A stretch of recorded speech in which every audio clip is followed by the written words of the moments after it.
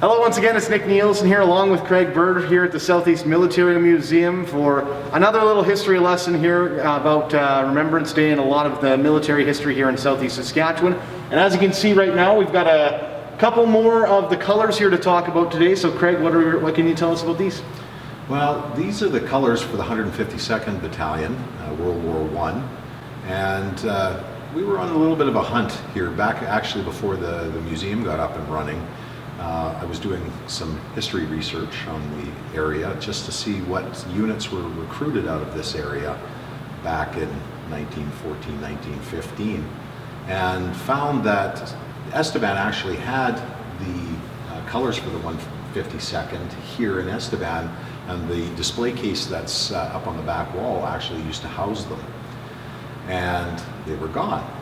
So yeah, I questioned it too, and I was just like, where did these go? So I started doing a little bit of backtracking and talking to some people and checking out some local areas and whatnot, and found out that they were in a box up in Weyburn.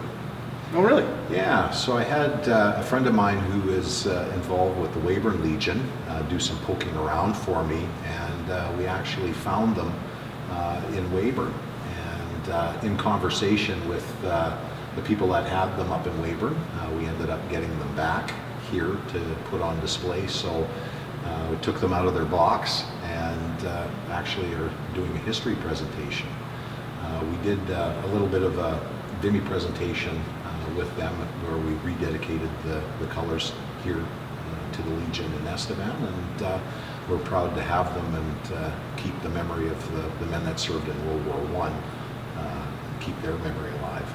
Now you can tell this flag in particular here has seen a little bit of action here due to the rips up here and down here. So were these actually carried into battle?